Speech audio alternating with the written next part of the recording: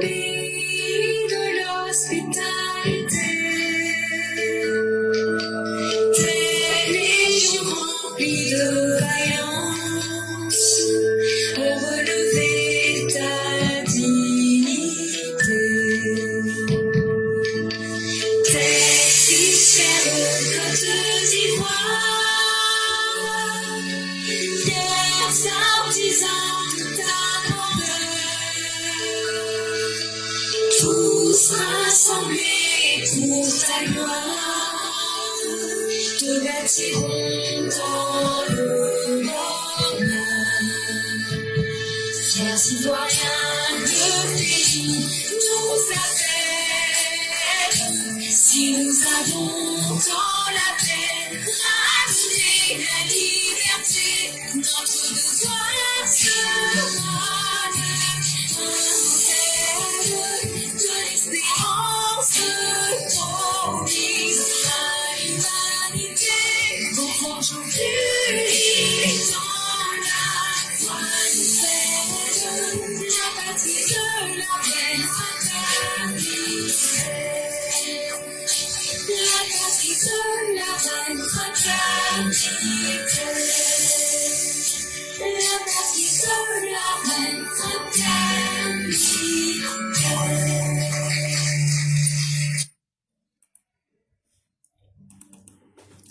Bonjour mesdames et messieurs, bonjour chers auditeurs, bonjour chères auditrices, bonjour à tous les élèves de la classe éclaireur pro vérité. Bonjour à toutes ces belles âmes qui nous suivent en ce 26 janvier 2026. Merci de nous faire confiance et merci d'honorer à travers votre présence la classe éclaireur pro vérité. Nous cherchons simplement à convaincre sans chercher à vaincre qui que ce soit au travers des arguments et des preuves. Merci à tous ceux et toutes celles qui nous font confiance et merci à tous ceux et toutes celles qui participent à cette agape intellectuelle pour essayer de magnifier la connaissance et surtout permettre à des êtres libres et pensants que nous sommes d'apprendre davantage et de nous cultiver. Merci à la classe éclaireur pro vérité d'avoir fait une belle animation hier sur TikTok et merci à tous ceux et toutes celles qui ont participé. Aujourd'hui, nous aurons une série de sujets qui vont débuter avec des conseils. On va dans un premier temps donner des conseils à ces militants qui s'oublient facilement et qui deviennent des essuie-glaces. Ça sera le conseil que nous allons donner aux uns et aux autres, afin que si c'est encore possible, qu'ils ou elles puissent se ressaisir. La sixième information nous vient de notre frère, ami, Denzel Alain Kakou, et on l'a intitulé « Les opposants ivoiriens sont vraiment nuls et décevants ». La cinquième information nous est de Agence Ecofin. Vous savez, chaque année, il y a le classement des meilleures armées dans le monde. Et en 2026, le classement est sorti. On va vous dire le rang de la Côte d'Ivoire, ainsi que de certains pays africains, que le classement soit en Afrique ou dans le monde, afin que vous ayez les informations les plus à jour. La quatrième information est tirée de notre père Alexis Diet, et on va vous parler de géopolitique ethnique et géopolitique républicaine, et tout en prenant le temps de vous donner la différence. Ne soyez pas inquiétés ou effrayés par les mots, on va savoir s'expliquer.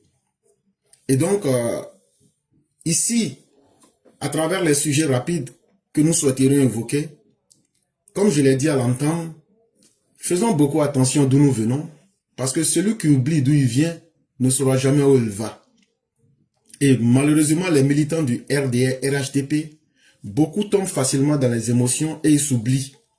Beaucoup pensent qu'il n'y a plus de défis à relever. Le président Ouattara est président, il a 197 députés, et tout roule bien, la Côte d'Ivoire est en paix. Mais ce n'est pas suffisant. Si vous oubliez de préparer l'avenir, en tout cas les opposants sont en train de se repréparer à nouveau. Je préfère vous avertir. Tous ceux qui sont là, qui se souviennent, je vous avais dit que Laurent Gbagbo, quand il était sorti pour dire que lui, après les élections des députés, qu'il allait voir s'il allait quitter la politique ou bien s'il allait rester, je suis sorti et je vous avais dit que ce n'était que du vent et que Laurent Gbagbo est en train de se mentir à lui-même. Avant-hier, ça s'est confirmé. Il dit que les gens l'aiment tellement dans son parti que les gens lui ont dit de rester. Mais tout ça là, c'est comme quelqu'un qui s'envoie un texte message et puis il lit devant les gens pour dire on m'a envoyé texte message. Il est en train de se blaguer lui-même. Lui, il peut pas être plus stratège que quelqu'un. D'ailleurs, même, il est le plus nul des politiciens, à telle enseigne qu'on peut le lire comme un livre ouvert. Et donc, ce n'est pas Laurent Gbagbo même qu'il faut regarder, mais c'est la nouvelle stratégie de réorganisation de l'opposition. Et vous voyez la même chose du côté du PDCI, où ils sont en train de chercher à écarter Tidjane Thiam pour essayer de se rapprocher de la gestion Bédié, parce qu'ils n'ont pas trouvé le gestionnaire qui pouvait distribuer de l'argent. Et Chaka Dian a trouvé des Ivoiriens très coriaces qui l'ont ramené vite à la réalité. Et donc aujourd'hui, le PDCI est en train de se réinventer en cherchant une nouvelle alternative du côté de Bédié. Et quelqu'un qui sera à la hauteur des rendez-vous du PDCI. Quelqu'un qui pourra financer le PDCI. Maintenant, les soroïstes, sachant qu'ils n'ont plus d'autres alternatives, ils sont en train d'infiltrer le groupe RHDP, les groupes de communicants, et ils essayent de biaiser, de travestir le message, pendant qu'ils font croire qu'ils sont amis avec vous, pendant qu'ils font croire qu'ils sont en train de vous demander pardon. Ils sont divisés en deux catégories. Il y a une catégorie qui vous distrait en disant « Ouais, on demande pardon, et il faut accepter. » Ça, ceux qui ne la connaissent pas, pour faire croire aux gens que c'est vous les méchants qui ne saviez pas pardonner. Et parmi les soroïstes, il y a une deuxième vague qui est là et qui essaie maintenant de faire du message de subversion. C'est-à-dire, eux maintenant, ils viennent, ils essaient de lancer des messages comme par exemple, qui a financé la rébellion, qui est le père de la rébellion, qu'est-ce que Soro Guimard fait à Ouattara. Et quand c'est comme ça, les militants du RDR, RHDP qui ne sont pas formés se sentent confondus. Et en même temps, c'est un message qui plaît à l'opposition radicale de Laurent Gbagbo. Et donc, l'ensemble de cette stratégie, c'est vous amener à douter de vous-même, à disperser vos rangs et attirer de la sympathie sur eux pour pouvoir mieux vous infiltrer et pouvoir vous diviser. Si cela est bien compris, je vous ai donné la stratégie du PDCI. Je vous ai donné la stratégie du PPACI. Laurent Gbagbo sait que politiquement, lui, il ne vaut plus rien. Mais en étant sur la scène, il va se transformer en trouble fait et il va essayer maintenant de toucher toutes ces parties-là, de les pousser à arriver à poser des actes, même si c'est désespéré. Mais à force de pousser, ils vont toujours être une menace dans la scène politique en Côte d'Ivoire. Voilà donc la stratégie globale de l'opposition. En tout cas, sur les 1 ou 2 années à venir, c'est dans cette posture-là qu'ils seront. Et là, quand on voit des gens, comme l'amiral Blindé, comme le Konaté sortir pour dire qu'eux, ils ont changé, je crois que le temps est un autre nom de Dieu. Le diable ne change jamais. Et on aura suffisamment averti les gens, et nous ne pouvons pas demander à quelqu'un de nous suivre, mais au moins ce que nous avons dit, si ça peut se réaliser ou ça ne va pas se réaliser, asseyons-nous, donnons-nous le temps et on verra la réalité. Mais entre-temps, le président Alassane Ouattara nous avait déjà dit de ne pas être des militants essuie-glace, de ne pas être des militants qui vont à gauche, qui vont à droite, qui ne savent pas où aller, des militants qui oublient leur propre histoire. Et le président Ouattara, quand il le dit, c'est par rapport à des gens qui ont oublié leur histoire, comme les Konaté Zié, comme bien d'autres, aujourd'hui, qui, à cause de leurs intérêts, oublient leur propre histoire pour devenir des humains sans histoire et donc sans avenir. Si c'est avec de telles personnes que vous allez vous associer, alors là, bienvenue les dégâts. Si vous voulez là, allez faire déclaration demain matin pour dire oui, quittez GPS. Là où vous partez là, personne ne va vous prendre le sérieux là-bas. À ton avis, ils vont faire comme ça. Mais quand tu as fini de parler, tu donnes de l'envie de regarder. C'est Konaté Zié qui vous parle. Il dit, Konaté Zié que vous prenez comme votre coupe aujourd'hui là, pour dire qu'il a changé là. Et puis moi je vous dis qu'il n'a pas changé, qu'aucun soroïste sur la planète n'a pas changé là. C'est lui qui est en train de te parler. La vidéo est déjà postée. Hein. Donc faut pas dire que c'est dessin animé, mais c'est faux. Va sur nos pages, toutes nos pages, TikTok, Facebook, YouTube, tu vas voir la vidéo là-bas. Il dit que eux les soroïstes là, ils sont convaincus d'une chose. C'est que même si tu quittes Soro et que tu as de bonne foi pour venir là, que dans le RDR RHDP que tu viens là, que une fois que tu tournes ton dos là, que les gens disent regardez-le, ils pensent qu'on va lui accorder notre crédit. Attends, on va passer à autre chose. Il dit eux là, eux sont convaincus de ça. Maintenant, si lui est convaincu de ça, comment se fait-il que lui peut changer à 180 degrés et maintenant c'est vous, les militants du RDR, qui croyez en cela? Ce n'est que votre problème. Tu parles comme ça. Tu trouves des imbéciles qui vont s'asseoir pour dire oui, c'est parce qu'il veut nous lâcher, il fait une telle vidéo. Je prends le Coran en témoin. Je ne lâcherai pas Guillaume Soro. Je mènerai ce combat jusqu'au bout. Il dit donc là, lui va jamais abandonner Guillaume Soro. Et donc toutes les stratégies qu'ils vont faire, comme Amira Blindé est venu vous demander pardon, ou bien Konaté Zi est venu, il est en train de casser moi des papos, tout ça là, ça fait partie de la stratégie que j'ai déjà définie. Comment distraire l'ennemi. On appelle ça dans l'art de la guerre de Sun Tzu, le leurre. Vous les militants du RDR RHDP là, vous savez comment, et puis on ne peut pas vous dire ce qui est bon pour vous, et puis vous ne pouvez pas écouter une fois, et puis travailler avec votre cerveau. Mais je souhaite qu'un grand malheur vous arrive. Je le souhaite qu'un grand malheur vous arrive, que Soro Guillaume puisse empoisonner beaucoup parmi vous, et que beaucoup parmi vous puissent mourir avant que vous compreniez la réalité. Mais toujours est-il que le président Ouattara nous donne les conseils pour nous les hommes intelligents, nous les militants intelligents là. Le président Ouattara nous a déjà parlé. Je suis heureux car je n'ai jamais oublié d'où nous venons. Oui, notre lutte a été dure. En effet, voyez-vous, il fut un temps où il était dur d'assumer son appartenance au RDR. Je veux dire des vérités crues aujourd'hui. Oui, je veux dire des vérités pour que l'on ne s'oublie pas pour le futur de notre pays. Il fut un temps où se faire établir un document administratif était un véritable parcours du combattant. Oui, vous vous en souvenez. Plus le temps passait, plus il devenait difficile de militer ou de s'afficher RDR. C'est pourquoi, chaque fois que le doute pourrait vous gagner, jetez un coup d'œil dans le rétroviseur. Oui, souvenez-vous d'où nous venons. Ne soyez pas des essuie-glaces. Allez comme ça, comme ça, comme ça, comme ça. Ne soyez pas des essuie-glaces. Souvenez-vous d'où nous venons. Et vous apprécierez à leur juste valeur la paix, la cohésion et la stabilité dans laquelle nous vivons actuellement. Maintenant, évidemment, les choses se passent bien. Et les gens oublient ce que nous avons vécu entre 2000 et 2010. N'oubliez jamais cela. N'oubliez jamais d'où nous venons. N'oubliez jamais ce que le pays a été pendant cette décennie. N'oubliez jamais cela. Et ne faites pas semblant, non. Ne faisons pas semblant.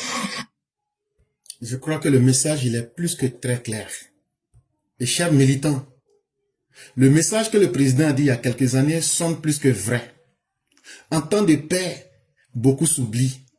En temps de grâce, beaucoup pensent que le malheur ne peut plus revenir.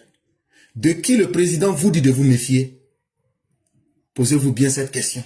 C'est les gens qui sont inconstants et qui cherchent toujours leurs intérêts là où on cherche à privilégier l'intérêt collectif. Maintenant, à vous-même de voir et de faire le choix que vous voulez. Une information rapide, c'est le Conseil des ministres exceptionnel qui a eu lieu le 24 janvier 2026. Ah oui, il y a eu un Conseil des ministres le samedi 24 janvier 2026. Mais dans le Conseil des ministres, là, en général, c'est le mercredi. Mais c'était aussi le Conseil des ministres d'entrée du nouveau gouvernement. Qu'est-ce qui a été dit pendant ce Conseil des ministres?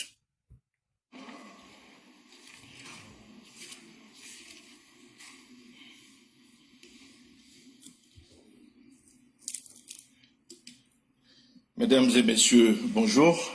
Chers internautes, bonjour.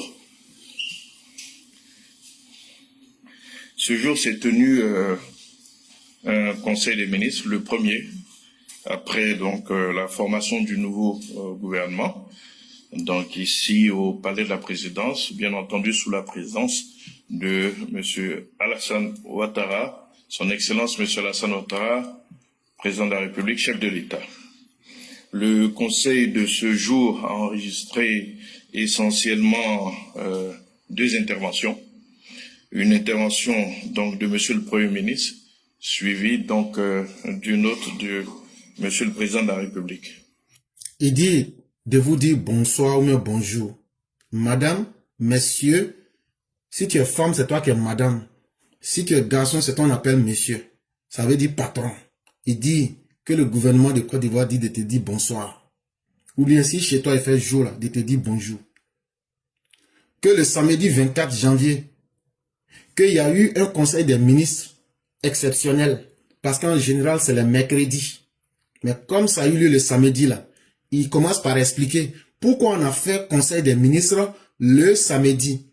Il dit c'est une chose exceptionnelle parce que c'était l'entrée du gouvernement. C'était le premier jour d'entrée du gouvernement. Ceux qui ont été nommés comme ministres là, c'était leur première prise de contact. Comme la rentrée des classes là. C'était ça.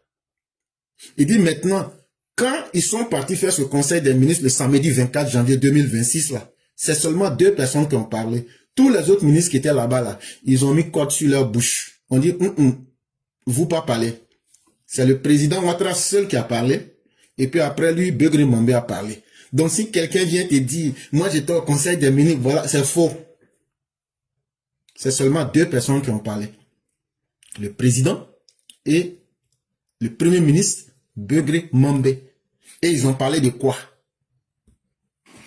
Dans son mot, Monsieur le Premier ministre a rappelé le processus politique qui a conduit à sa nomination le 21 janvier 2026 et à la formation donc du gouvernement qui a eu lieu donc ce 23 janvier.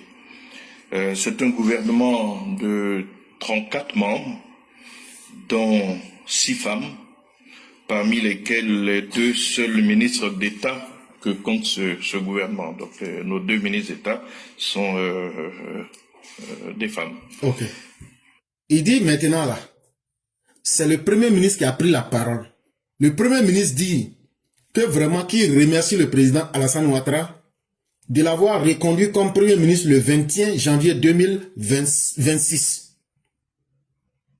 Après ça maintenant là, il dit vraiment lui il a formé le gouvernement. Le nouveau gouvernement de Côte d'Ivoire, là, il dit il y a 34 personnes dedans. Les 34 personnes là, il y a 2 femmes dedans qui sont ministres d'État. Ça veut dire il y a ministre et puis il y a ministre d'État.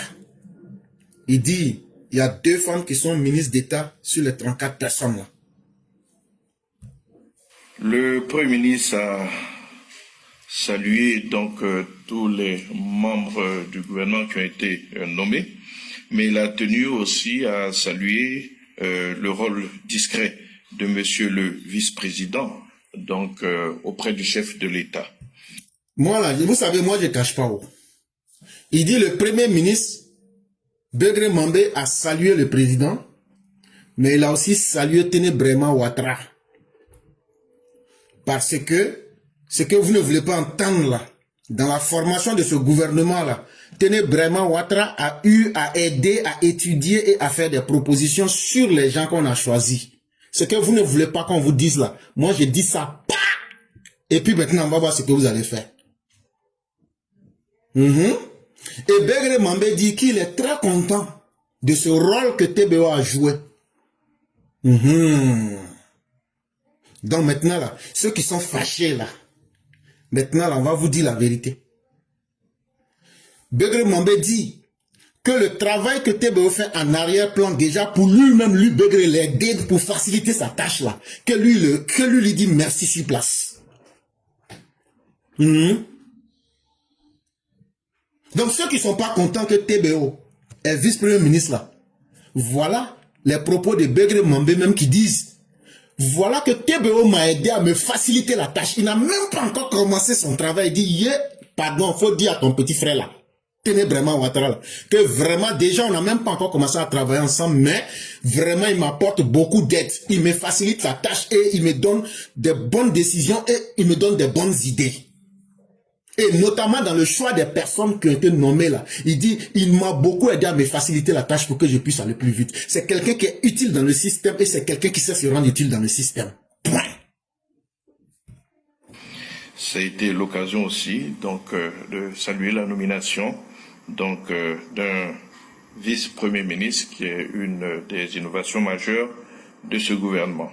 Il dit donc c'est pourquoi lui Begré Mambé va saluer le fait même que le président a mis un vice-premier ministre qui est très utile autour de lui et que lui-même là il est très content de cela et qu'il salue même cette nomination parce que c'est une nouveauté, mais c'est une nouveauté qui est utile et qui aide beaucoup à ce que le travail aille plus vite. Le Premier ministre a rappelé le privilège qui a contribué donc à la désignation de chacun des membres de ce gouvernement et le bonheur qu'ils ont à contribuer auprès du chef de l'État, donc à la construction de la grande Côte d'Ivoire. Ah, Begré Mambé dit, vous là, qui avez été nommé ministre, ou même vous qui êtes les nouveaux là, qui êtes venus dans le gouvernement là, il dit, c'est une grande chance que vous avez, ce qui est mieux pour vous là. Ne soyez pas des paresseux, ne soyez pas des inconscients et ne soyez pas des gens qui vont marcher sur leur propre destin. C'est une grande chance que vous avez eue là. Et si vous êtes malin là, faites bien les tâches qui vous ont été confiées, le travail qui vous a été donné. C'est ça qui va vous rendre grand et c'est ça qui va faire que les gens vont savoir qu'on avait nommé des gens et que ces gens-là ont fait leur travail. Et c'est comme ça que vous pourrez vous-même vous rendre grand. Et c'est comme ça que vous pourrez profiter de l'opportunité que vous aviez eue d'être auprès du président Alassane Ouattara.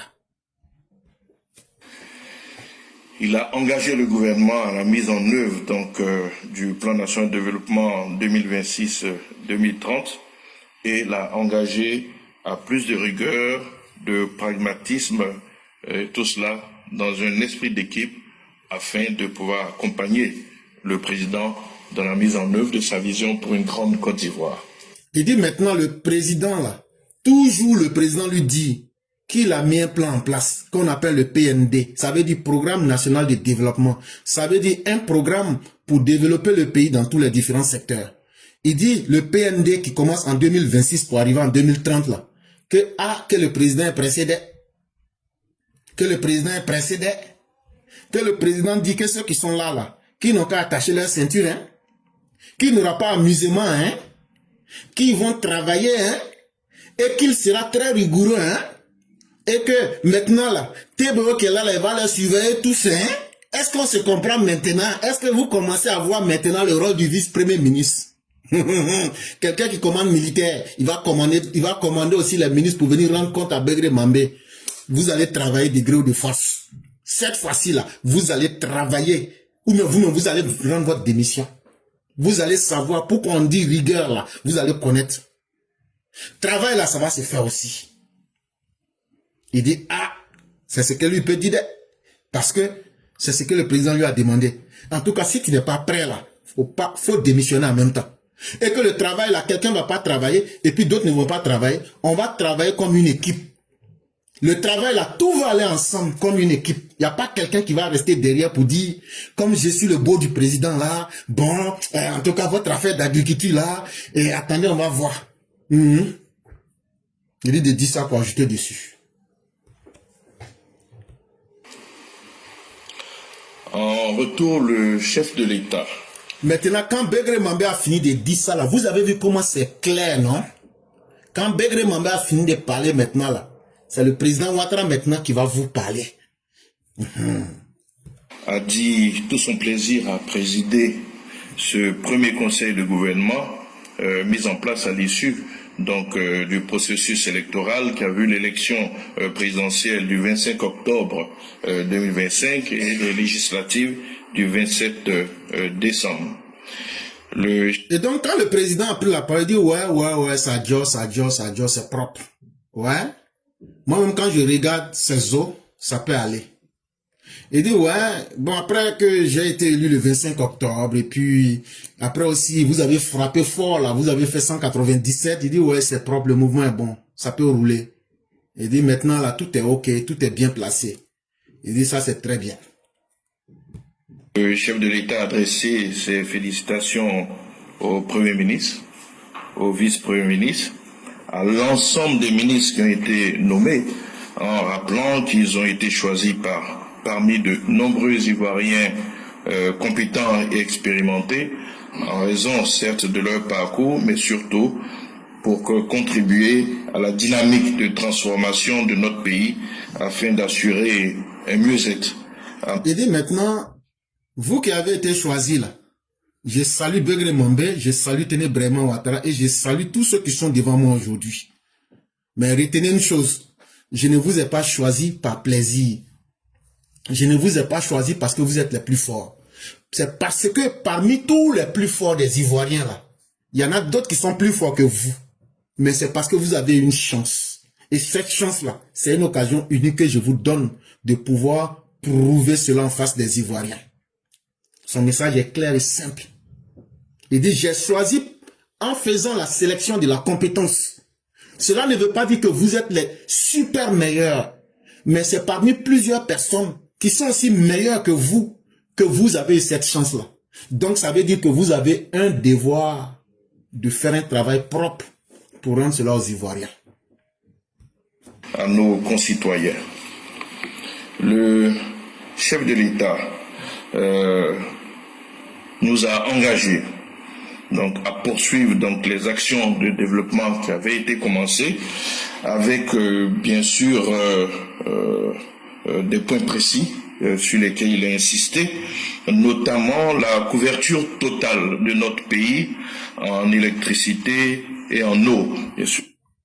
Et donc le président dit, les travaux qui avaient déjà commencé, les écoles qu'on construisait, les routes qu'on faisait, les châteaux d'eau, tout ce qui est développement qu'on est en train de faire là.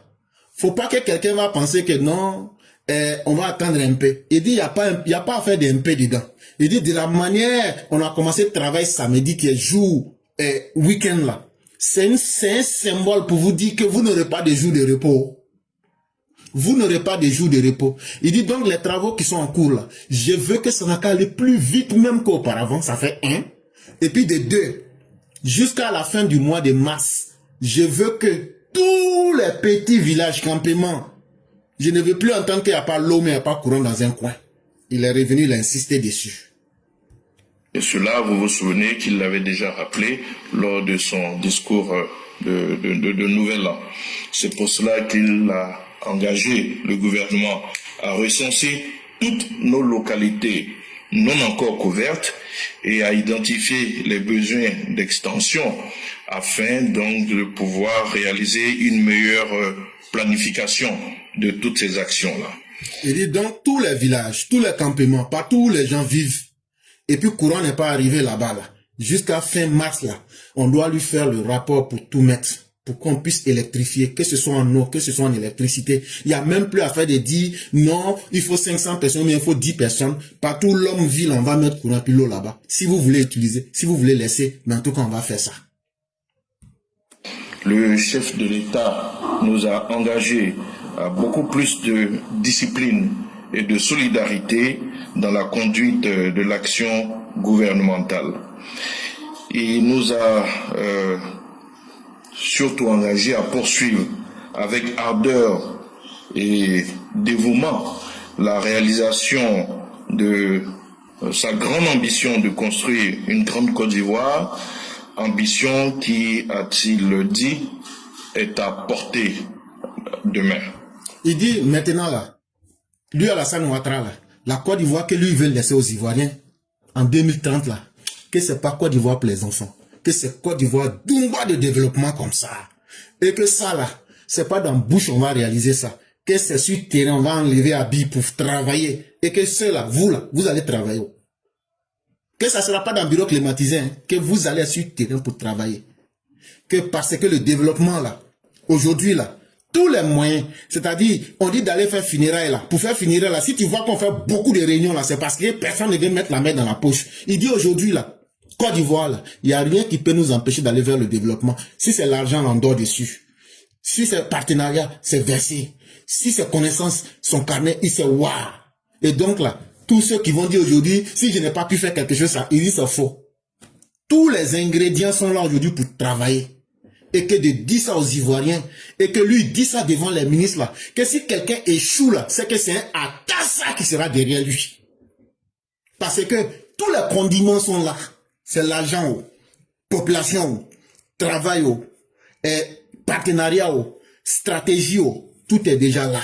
Si tu échoues là, c'est que tu es un dangadin. Comme le Djoula le dirait. Si un ministre échoue là, c'est que c'est un ministre dangadin. Or, comme il n'y a pas de ministre dangadin là, on espère que vous n'allez pas échouer. Mais si tu échoues là, c'est ça ton vrai nom.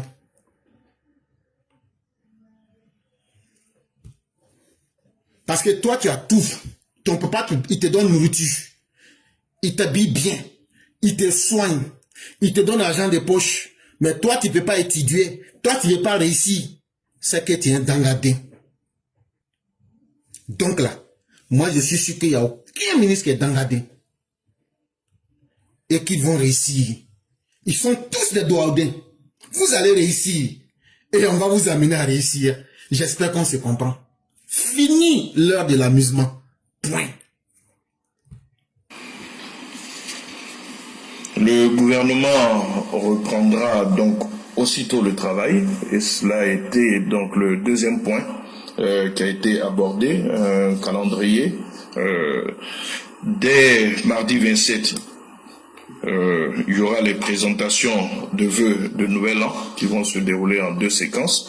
Donc ce sera le mardi 27 matin et le jeudi 29 janvier, mais bien entendu, un communiqué donc du protocole d'État va venir vous préciser donc les différentes séquences de ces présentations de vœux.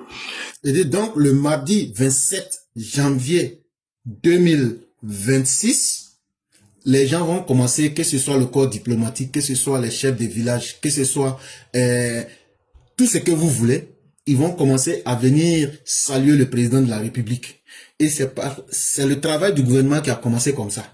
Si quelqu'un n'est pas prêt, et puis la personne veut dire, on veut me tuer, on a serré ma gorge, c'est que toi en même temps, là, il faut quitter. Mais on ne s'arrête plus. Mais déjà, il faut retenir que le premier conseil de gouvernement donc aura lieu ce même mardi 27 après-midi, puisque le matin. Et donc, il y aura aussi un conseil du gouvernement. Ce qui est différent d'un conseil des ministres. Le même mardi, là, ça veut dire demain, là, il y aura un conseil du gouvernement. Et donc, attendez-vous à des communiqués avec des précisions, mais avec des feuilles de route et avec des instructions qui seront claires. Ça sera demain. Demain, là, mardi, là. Ça sera ça. Le matin, on aura les présentations de vœux, donc à 15h30. Et ce conseil de gouvernement sera suivi par un conseil des ministres qui aura lieu donc le 28 janvier. Donc, et quand ils vont finir le conseil du gouvernement, demain, 27, là, le 28, ils vont faire un conseil des ministres pour aller plus vite que vous ne pouvez l'imaginer. Donc le prochain conseil des ministres est programmé pour le 28 janvier. C'était là le compte-rendu de la première réunion du conseil des ministres de ce jour. Et donc, ça c'était le premier conseil des ministres. Et donc, on n'a même pas encore fini avec ça. Comme le président l'avait dit, hier, il y a quelqu'un qui m'a demandé, mais Adjumani a été chassé. Adjumani là, Dieu, c'est comment il dit, il faut te calmer. J'ai répondu simplement, on était dans dimanche, j'ai dit lundi là, aujourd'hui là, ils vont les nommer tous. Donc là, tout près n'est pas loin.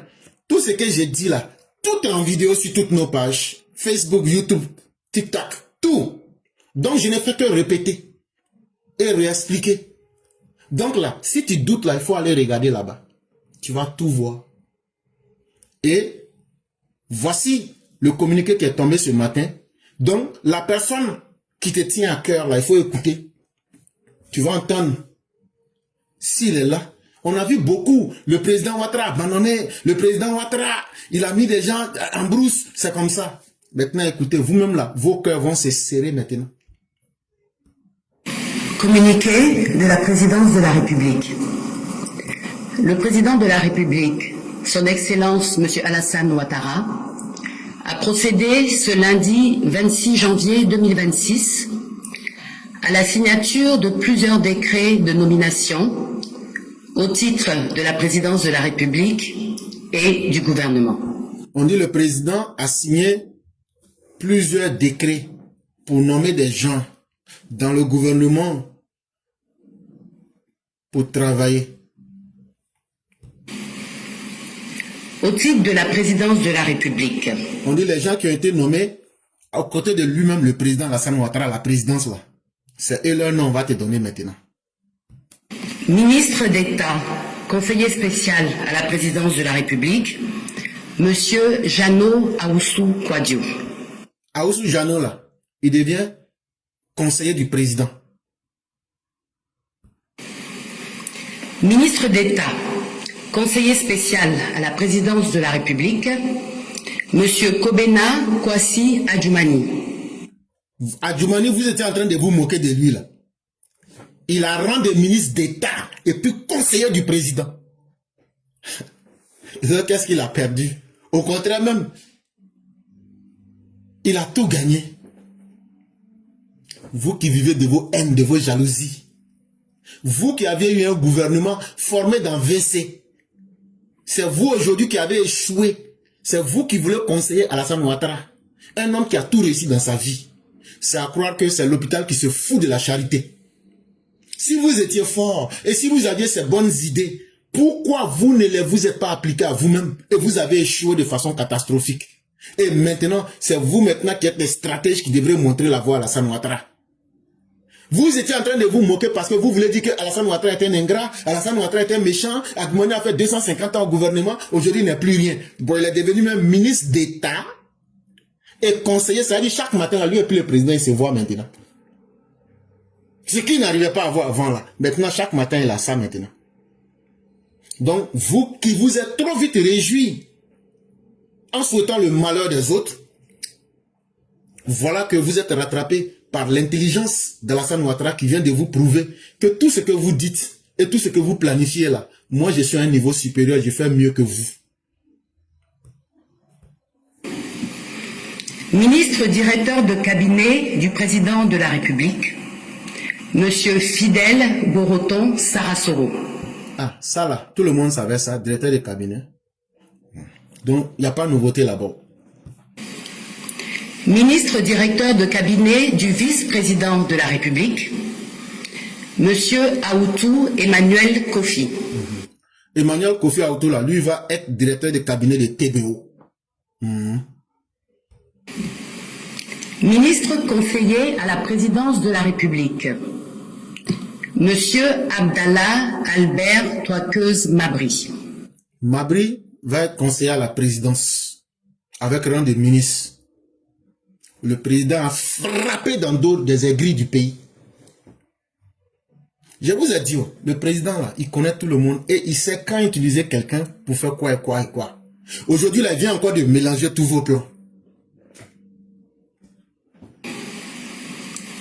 Ministre conseiller à la présidence de la République, Monsieur Mamadou Sanogo. Ministre conseiller à la présidence de la République, Monsieur Bouaké Fofana. Ministre conseiller à la présidence de la République, Monsieur Laurent Tchagba. Au titre du gouvernement, sont nommés. Maintenant, ceux qui sont de ça, c'est qu'on vous a expliqué là. Tout ce qu'on a cité là, eux vont travailler comme conseillers, soit avec rang de ministre ou bien ministre d'État, à côté du président. Ça, c'était à la présidence de la République. Maintenant, là, dans le gouvernement. Ministre gouverneur du district autonome d'Abidjan, Monsieur Ibrahim Cissé Bakongo, ministre-gouverneur du district autonome de Yamoussoukro, Monsieur Augustin Abdoulaye Thiam Oufoué. Donc maintenant, là, les gouverneurs de district, là, avec rang de ministre, là, Cissé Bakongo reste dans Abidjan, là. Maintenant, le grand frère de Chakadjan, là, lui reste ministre-gouverneur de Yamoussoukro. Fait à Abidjan, le lundi 26 janvier 2026. Je vous remercie. Donc ça a été fait à Abidjan aujourd'hui, lundi 26 janvier 2026. C'est pas film chinois pour dire on va aller pour revenir. Ça se passe en face de nous et c'est ça l'homme Alassane Ouattara. Maintenant, on va passer à la troisième information rapide. Vous vous souvenez de l'affaire de l'uranium, de 1500 tonnes d'uranium de Orano, une société française, que les putschistes du Niger voulaient vendre. Le samedi 21 janvier 2026, les Français, l'Assemblée nationale de la France a appelé le président du conseil d'administration d'Orano. Il s'appelle M. Claude Imovin. Et ils lui ont demandé, ils lui ont posé des questions. Ils disent, affaire d'Orano là, avec l'uranium que les gens avaient volé pour vendre là, c'est comment? Quand ils ont parlé là, nous on fait ça court. Hein. Il dit, ah, eux donnent avertissement aux gens du Niger que Tunkia, avec son groupe là, s'ils sont malins là, uranium là, ils n'ont qu'à voir ça louper. Voilà les avertissements qu'ils donnent. Pour le Niger, on n'en est pas du tout à des phases de concertation. La communication est absolument rompue avec le gouvernement. Il ne veut pas nous entendre parler. Il y a 4 arbitrages en cours. Une première décision sur laquelle s'est assis le gouvernement nigérien qui interdisait au gouvernement nigérien de toucher au stock. Ils ont essayé de le vendre. Pour l'instant, il est parti d'Arlit pour aller à Niamey. Il y est aujourd'hui. On n'est pas sur place. On ne sait pas ce qui se passe. En tout cas, on est prêt à continuer nos actions juridiques pour faire valoir nos droits contre l'État nigérien, mais aussi contre quiconque voudrait mettre la main sur ces produits ou autres. Il dit que l'uranium là, que eux ils ont lancé 4 procédures devant la justice internationale. J'explique de façon très triviale pour que les gens comprennent. Il dit il y a 4 procédures. Ça veut dire il y a 4 différents tribunaux dans le monde là. Eux là ils sont sur affaire là. Que eux, ils ne savent pas ce qui se passe au Niger, hein, mais que eux savent que l'uranium là, ça a été déplacé et que ça se trouve aujourd'hui là où c'était pas auparavant. Et que les gens là, veulent vendre l'uranium là. Mais que s'ils s'amusent à vendre l'uranium là, que ce soit le Niger, les moutons qui dirigent le Niger, ou même ceux qui vont payer là, que c'est là ils vont connaître qui eux et les Français ils sont. Que eux ne parlent pas beaucoup, ils attendent seulement. Que eux, quand ils vont voir quelqu'un est venu payer, ou bien quelqu'un a vendu là, que c'est là, eux vont faire lire l'heure à ceux qui vont vendre. Que de vous dire ça pour ajouter dessus. Et la 4e information rapide, c'est par un bouki qui reconnaît que c'est eux qui donnent naissance aux enfants voyous pour les déverser en Côte d'Ivoire. C'est pas moi j'ai parlé, hein. C'est lui-même, il reconnaît. C'est ça qu'on appelle une confession. Les bouki, ça veut dire chien. Et voici ce qu'il dit. C'est trop. Nous tous, on a envie de laisser dans notre pays. On fait les enfants sont devenus voyous dans le pays de les gens. Si c'est pas maintenant que Dieu merci en Côte d'Ivoire, un bon président est venu, au moment qu'on tuait les Burkinabés comme moutons ici, comme poulet, vous voyez. Il dit que c'est eux les bouquis là, qui font les enfants voyous, les enfants violeurs, les enfants braqueurs, les enfants que vous appelez n'importe comment là. Il dit c'est eux là, c'est leur spécialité de faire ces enfants là. Et puis ils les versent en Côte d'Ivoire, que eux-mêmes aujourd'hui reconnaissent les faits. Mais que vraiment eux-mêmes ils savent aujourd'hui que Connery sont dedans là, que c'est parce que c'est Alassane Ouattara qui les protège. Mais, ils continuent. Mais aujourd'hui, par la grâce à celui qui est là, tout est arrêté. Mais que c'est grâce à Ouattara que de la manière que Babo était en train de les taguer pour leur faire article 125 là. Avec Blé Goudon, on faisait choukouya de bouki là. Et puis les gens vous procèdent tous les jours là, que c'est Alassane Ouattara qui a arrêté ça. Mais qu'aujourd'hui là, comme eux sont un peuple ingrat, méchant, eux ne reconnaissent pas tout ça. Nous aussi, on a envie de rentrer dans notre pays. On a envie de vécu là-bas. On dit si, comment on appelle, boire durer comme dans l'eau et ne peut pas devenir caïman. Si nous on a duré comme en Égypte, on ne peut pas devenir sortissant de ces pays. On est un pays, on ne montre pas ton pays avec ta main gauche. Voilà. Donc, je connais ça, que tout le Burkina est parti en Burkinabé. Ainsi. Ok. Et que donc là, quel que soit le temps qu'eux vont passer en Côte d'Ivoire, qu'eux-mêmes ils savent qu'ils ne seront jamais ivoiriens. Mais la réalité le prouve tous les jours, puisque eux-mêmes déjà, ils toujours ne font que comploter et faire du mal et se montrer ingrats vis-à-vis de la Côte d'Ivoire. Et nous souhaitions que vous rentrez. Mais retenez une chose, le jour que le président Ouattara ne sera pas là, c'est que Gbagbo vous a montré là, c'est échantillon. On va vous prendre entre les deux groupes là. Personne ne vous aime, hein. Vous avez fait, on ne vous aime plus. C'est Ouattara qui vous protège. Donc vous savez ça.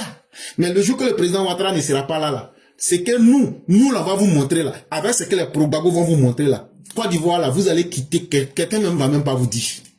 Asseyez-vous pour nous regarder seulement. Vous avez fini de faire pour vous, non? Mais il reste pour nous. Mais vous n'allez pas regretter. Parce que vous nous voyez en ça fait rien. Ce que je vais dire là, peut-être ça a choqué beaucoup d'hommes. Beaucoup d'hommes ont trouvé que oui, c'est amusant. Mais mettez en tête que vrai Ivoirien, je ne parle pas de ceux qui ont été naturalisés. Vrai Ivoirien aujourd'hui, là, d'avoir vrai Baoulé, vrai Bété, vrai Yakouba, vrai Gourou, vrai Senfou, vrai Djoula de Côte d'Ivoire. Ceux qui ont leur village en Côte d'Ivoire ici. Ceux qui ne sont pas venus se chercher, puis ils ont eu la nationalité ivoirienne. Pas de ceux qui sont nés Ivoiriens. Ceux que leurs ancêtres viennent de ce pays-là. Ceux-là, ils aiment plus étrangers. Parce qu'on a compris que les étrangers, à cause de notre amour, notre gentillesse, notre fraternité, notre hospitalier là, les gens profitaient de tout ça pour se foutre de nous. Aujourd'hui, les étrangers prennent les Ivoiriens pour des cons. Tout simplement parce qu'ils sont venus, les Ivoiriens leur donnent tout, donc ils ont l'argent qu'Ivoiriens, ils sont dans les belles maisons qu'Ivoiriens, ils sont dans les bons coins qu'Ivoiriens. Donc pour eux là, Ivoiriens n'est plus rien, on peut marcher sur eux, on peut chier sur eux, on peut leur dire tout. Comme vous pouvez dire tout, en tout cas dites tout de. Mais quand ça va arriver à la fin là, c'est qu'on va vous montrer là, vous n'allez pas regretter. Vous, dans votre misère, on a pitié de vous, on vous prend en charge, c'est comme ça que vous vous comportez.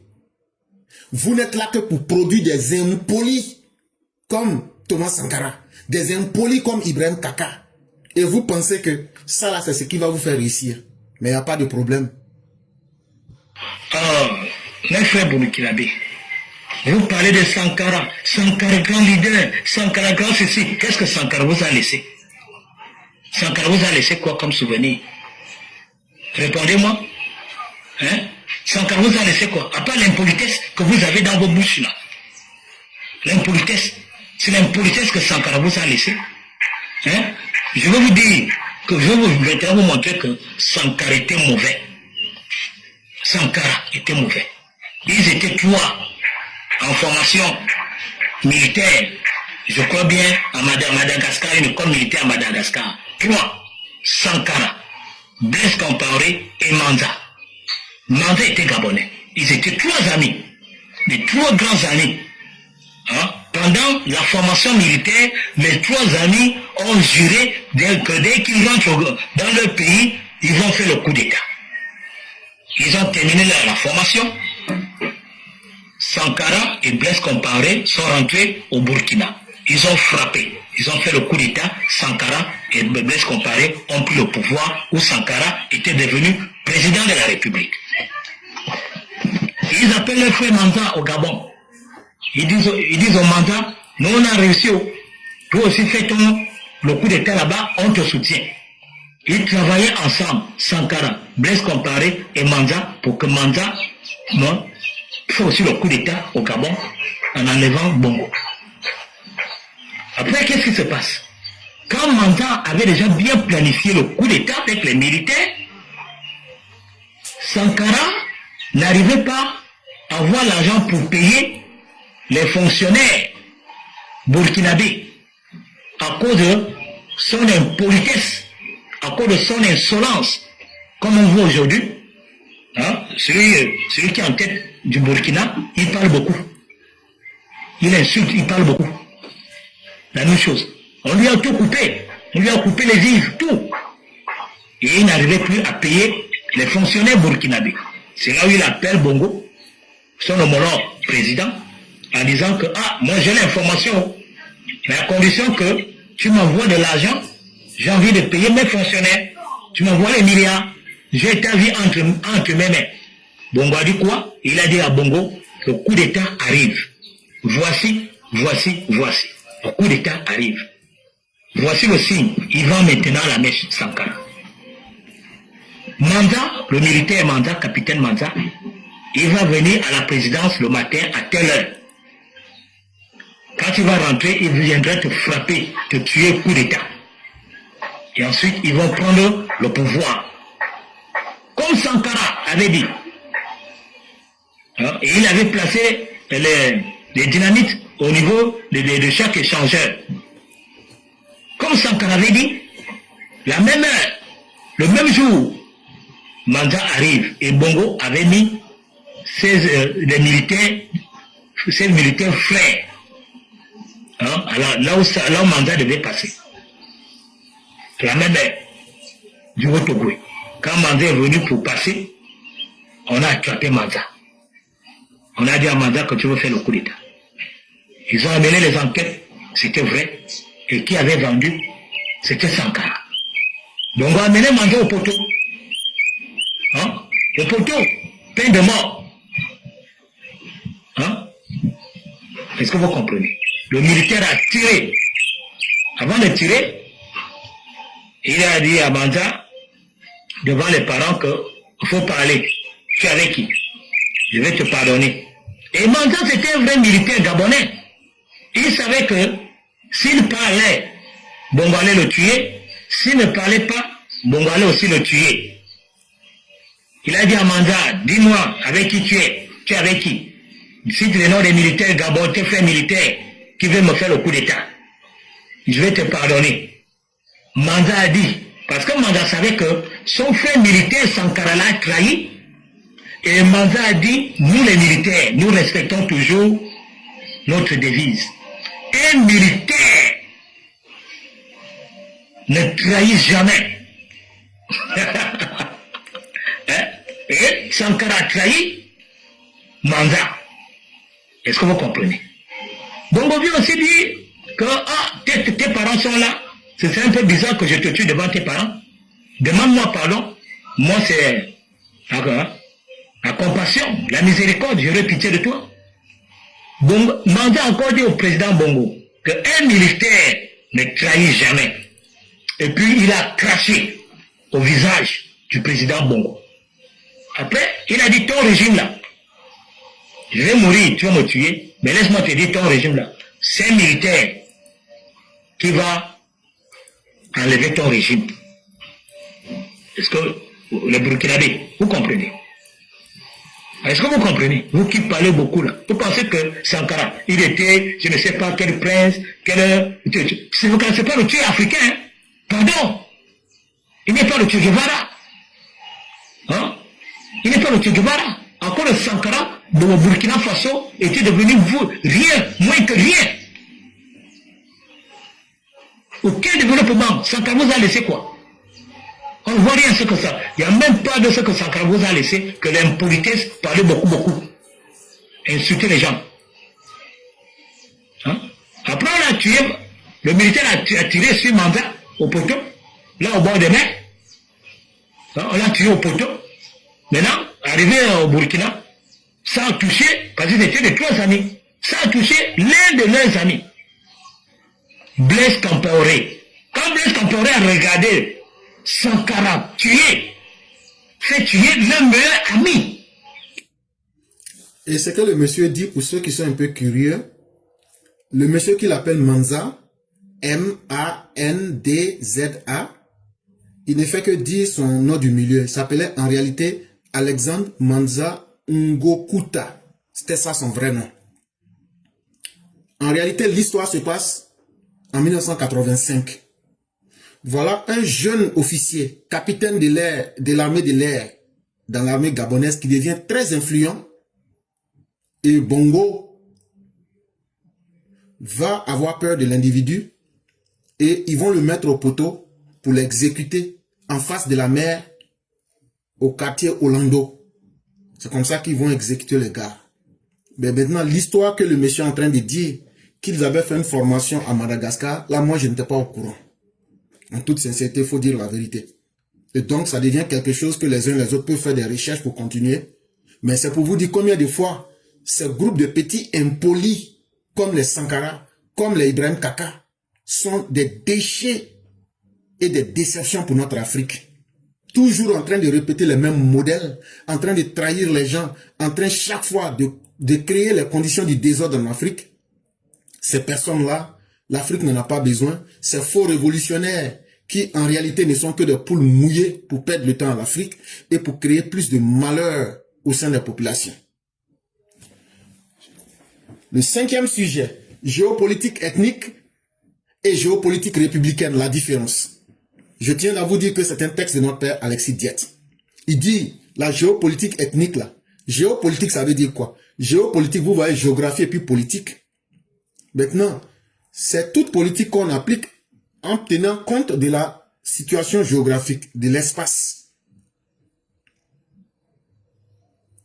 Suffit-il de distribuer et de répartir de manière équilibrée et savamment dosée les postes ministériels et administratifs de l'État entre toutes les ethnies et les confessions religieuses du territoire étatique pour résoudre le problème d'inclusion sociale et d'intégration nationale dans un État multiethnique et multiconfessionnel. Le père Alexis Diette est en train de faire ce que Platon appelle la maïeutique. Ça veut dire, on te pose une question et toi-même ton esprit te donne la réponse. Il dit, est-ce que dans un pays comme la Côte d'Ivoire, nommer des gens parce qu'ils sont les fils du Nord, ils sont les fils de l'Ouest, ils sont les fils de l'Est, ils sont les fils du Centre, ils sont les fils du Sud. Il dit, si on nomme les gens comme ça, on leur donne des postes de ministres, on leur donne des postes de directeurs de cabinet, des postes de directeurs de sociétés d'État. Est-ce que cette pratique-là, qui est bien appliquée, est-ce qu'elle résout le problème d'inclusion sociale? Est-ce que le fait que ces personnes soient nommées, il y a en tout cas toutes les personnes de différents horizons sont nommées là. Est-ce que ça résout notre problème? Que toutes les populations se sentent incluses dans la gestion de l'État. Est-ce que ça résout notre problème? Que tous les Ivoiriens se sentent impliqués, quelle que soit leur religion et leur ethnie, est-ce qu'ils se sentent impliqués dans la gestion de la Côte d'Ivoire? Il dit, chacun de nous doit se poser cette première question. La géopolitique nationale et républicaine est-elle identifiable à une géopolitique ethnique et confessionnelle? Il dit, si nous voulons créer une géographie politique qui est basée sur une nation, oui, grand maître Olivier, merci, c'est Socrate, effectivement, et sur les valeurs de la République, est-ce qu'on doit s'identifier à l'ethnie ou bien à la religion des personnes pour pouvoir les nommer? Il dit ça, c'est la deuxième question qu'il nous pose. Et chacun doit être capable de répondre. Il semblerait que la géopolitique ethnique et confessionnelle, consistant à repartir de manière équilibrée et savamment doser les postes ministériels et administratifs de l'État entre toute ethnie et confession du territoire, ne soit jamais capable de remplacer la géopolitique nationale et républicaine ou d'en tenir lieu. Il dit à la vérité, si on veut se dire la vérité là, nommer les gens, pour dire comme toi tu es fils de l'Ouest, quand tu as nommé là, ça veut dire que tous les gens de l'Ouest sont représentés. Toi tu es fils du Nord, comme toi on t'a nommé, donc c'est tout le Nord qui est représenté. Ça devient de la géopolitique ethnique. Ou bien, si on fait pas, si on n'a pas un chrétien, mais un musulman, ou même un commun, ça devient de la géopolitique confessionnelle. Il dit en la vérité, si on veut se dire la vérité là, ça ne répond pas aux besoins des populations. Parce que celui qui est nommé là, celui qui est nommé, il peut trahir la pensée qui est derrière. Et c'est déjà des exemples qu'on a vus. Et cela ne nous amène pas forcément à inclure toutes les composantes, à inclure tout le monde dans la nation. Et donc, est-ce que la géopolitique ethnique ou confessionnelle ne montre pas ses limites? Est-ce que ce n'est pas un modèle qu'on a déjà fait et appliqué qui échoue? Il dit, aujourd'hui en tout cas, quand tu regardes, cette technique-là ne peut pas remplacer la politique nationale et républicaine qui veut que on puisse inclure toutes les couches de la société, on puisse faire participer tout le monde à la gestion de l'État, plutôt que de faire participer des individus et faire croire que ces individus sont représentatifs de différents groupes ethniques et religieux. Il dit en tout cas c'est quelque chose, à la vérité ça ne marche pas. Il semblerait qu'elle soit incapable de construire un sentiment d'appartenance commune nationale dans la population d'un État multiethnique et multiconfessionnel. Parce que même si vous nommez un fils du Nord, ou même de l'Ouest, ou même du Sud, mais le pauvre citoyen lambda là, lui ne se sent pas redevable, ou bien il ne comprend pas le lien. Lui il se dit que c'est un business entre vous les grands types là-bas. Lui ne ressent pas le bénéfice et les avantages de cette nomination d'un fils de la région. Lui, il se sent distancié. Lui vit cela comme un deal entre les grands types là-bas.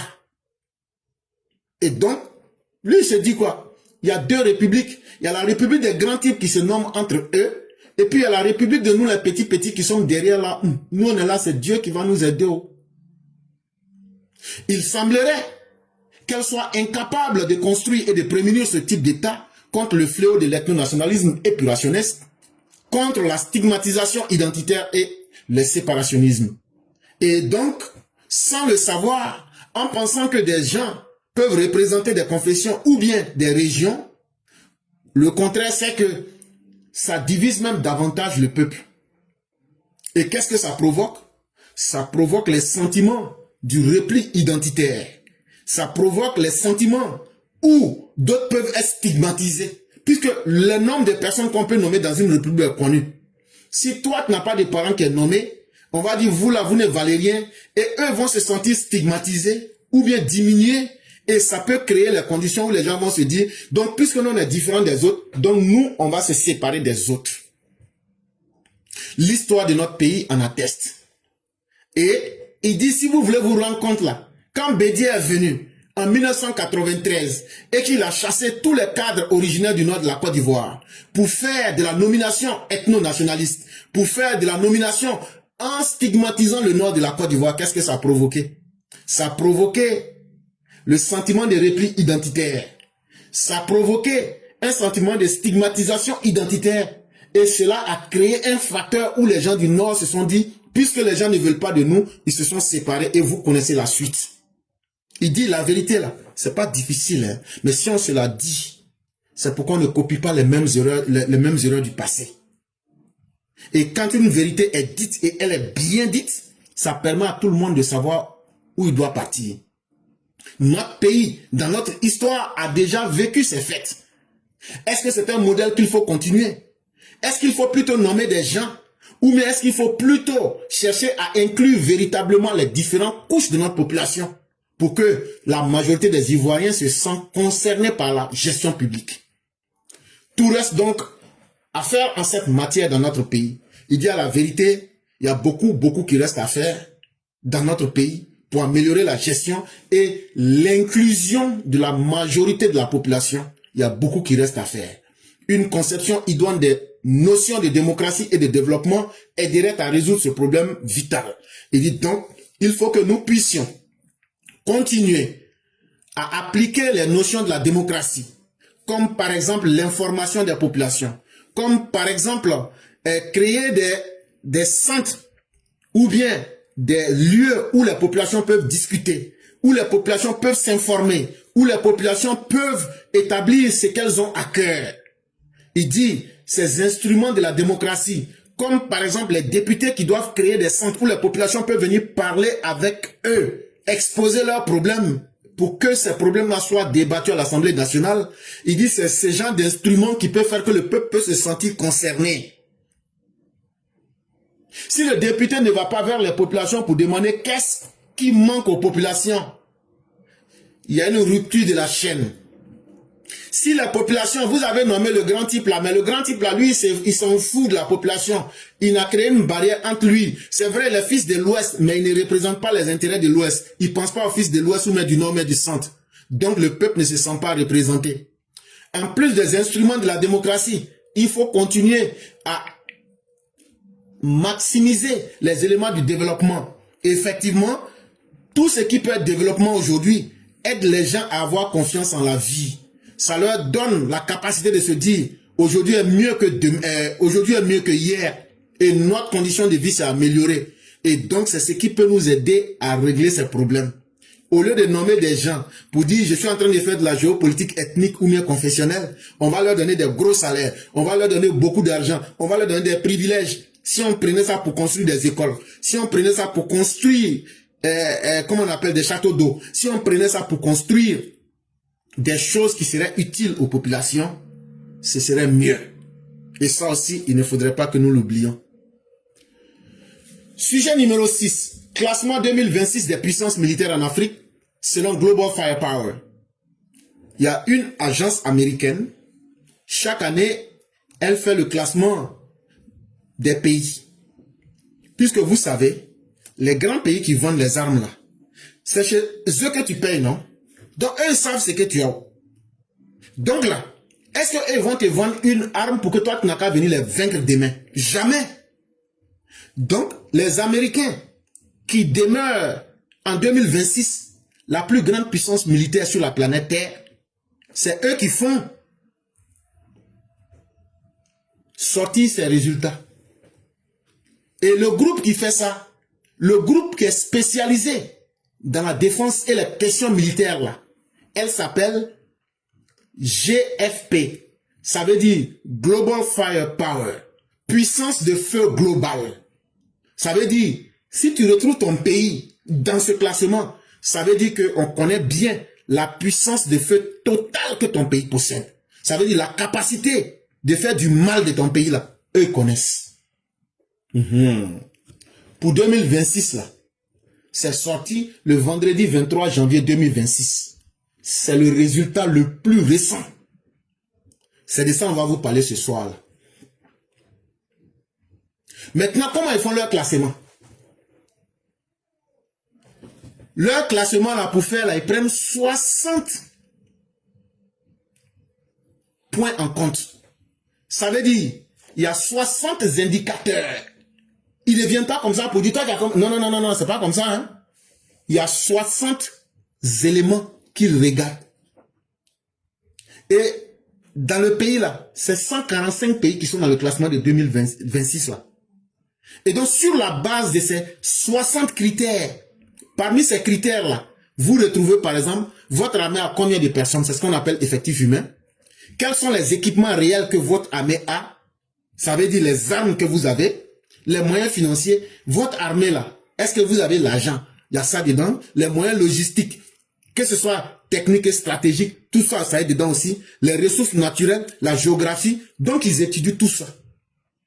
Quand ils finissent d'étudier tout ça là, c'est là maintenant, on donne maintenant le nombre maintenant de points. Et c'est en fonction du nombre de points là maintenant, on sait. Par exemple, dans ce classement là, on ne prend pas en considération les stocks de nucléaire. Pour bien faire leur classement là, on ne dit pas, quand vous avez la bombe nucléaire, c'est pourquoi vous êtes premier. Donc, on ne compte même pas bombe nucléaire dedans. On met bombe nucléaire à côté pour compter. Donc là, c'est un fa-fa. Et c'est comme ça qu'en 2026, le classement est sorti. Quand le classement est sorti là, c'est ce classement-là que je vais vous donner maintenant. D'abord, il faut savoir que dans le monde là, je vais faire le classement dans le monde et en Afrique. Donc, je vais vous donner le classement des pays africains. Si vous entendez un pays, Égypte, premier en Afrique, mais 19e dans le monde. Ça veut dire, l'Égypte est la première puissance armée en Afrique, mais la 19e armée du monde. Mais bien avant l'Égypte, il est très important qu'on puisse vous dire que la première puissance militaire du monde, c'est les États-Unis d'Amérique. Ils sont devant la Russie, ils sont devant la Chine, ils sont devant l'Inde, ils sont devant la Corée du Sud. Ça, on commence par ça d'abord. Maintenant, on va prendre les pays africains. Il y a eu 38 pays africains qui sont dans le classement. Les 38 pays qui sont dans le classement là, on va les classer pour donner leur position en Afrique et aussi leur rang dans le monde. Le premier pays qui est le plus militairement en forme en Afrique, là, c'est l'Égypte. Et l'Égypte est la 19e armée dans le monde. Deuxième, c'est Algérie. Deuxième en Afrique, c'est Algérie. Ils sont 27e dans le monde. La troisième armée la plus puissante en Afrique, c'est le Nigeria. Et le Nigeria est 33e dans le monde. La quatrième armée la plus puissante en Afrique, c'est l'Afrique du Sud. Mais l'Afrique du Sud est 40e dans le monde. La cinquième armée la plus puissante en Afrique, c'est l'Éthiopie. Mais l'Éthiopie est 47e dans le monde. La sixième armée la plus puissante en Afrique, c'est le Maroc. Le Maroc est 56e dans le monde. La septième armée la plus puissante en Afrique, c'est l'Angola. L'Angola est 59e dans le monde. La huitième armée la plus puissante en Afrique, c'est la République démocratique du Congo. Mais ils sont 64e dans le monde. La neuvième armée la plus puissante en Afrique, c'est le Soudan. Mais ils sont 66e dans le monde. La 10e armée la plus puissante en Afrique, c'est la Tunisie. Ils sont 79e dans le monde. La 11e armée la plus puissante en Afrique, c'est la Libye. Ils sont 80e dans le monde. La 12e armée la plus puissante en Afrique, c'est le Kenya. Ils sont 84e dans le monde. La 13e armée la plus puissante en Afrique, c'est le Tchad. Ils sont 85e dans le monde. La 14e armée la plus puissante en Afrique, c'est la Tanzanie. Ils sont 89e dans le monde. La 15e armée la plus puissante en Afrique, c'est la Mozambique. Ils sont 92e dans le monde. La 16e armée la plus puissante en Afrique, c'est le Cameroun. Ils sont 99e dans le monde. La 17e armée la plus puissante en Afrique, c'est le Mali. Ils sont 104e dans le monde.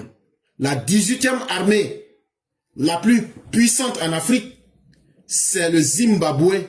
Ils sont 105e dans le monde. La 19e armée la plus puissante en Afrique, c'est l'Ouganda. Ils sont 107e dans le monde. La 20e armée la plus puissante en Afrique, c'est la Côte d'Ivoire et ils sont 108e dans le monde. La 21e armée la plus puissante en Afrique, c'est Zambie. Ils sont 111e dans le monde. La 22e armée la plus puissante en Afrique, c'est le Ghana. Ils sont 112e dans le monde. La 23e armée la plus puissante en Afrique, c'est le Soudan du Sud. Ils sont 113e dans le monde. La 24e armée la plus puissante en Afrique, c'est la République du Congo. Ils sont 117e. La 25e armée la plus puissante, c'est l'Érythrée. Ils sont 119e. La 26e armée la plus puissante, c'est le Niger. Ils sont 120e. La 27e armée la plus puissante, c'est Namibie. Ils sont 122e dans le monde. La 28e armée la plus puissante, c'est la Mauritanie. Ils sont 132e dans le monde. La 29e armée la plus puissante, c'est le Sénégal. Ils sont 126e dans le monde. La 30e armée la plus puissante en Afrique, c'est le Burkina Faso. Ils sont 127e dans le monde. La 31e armée la plus puissante en Afrique, c'est le Botswana. Ils sont 130e dans le monde. La 32e armée la plus puissante en Afrique, c'est Madagascar. Ils sont 131e dans le monde.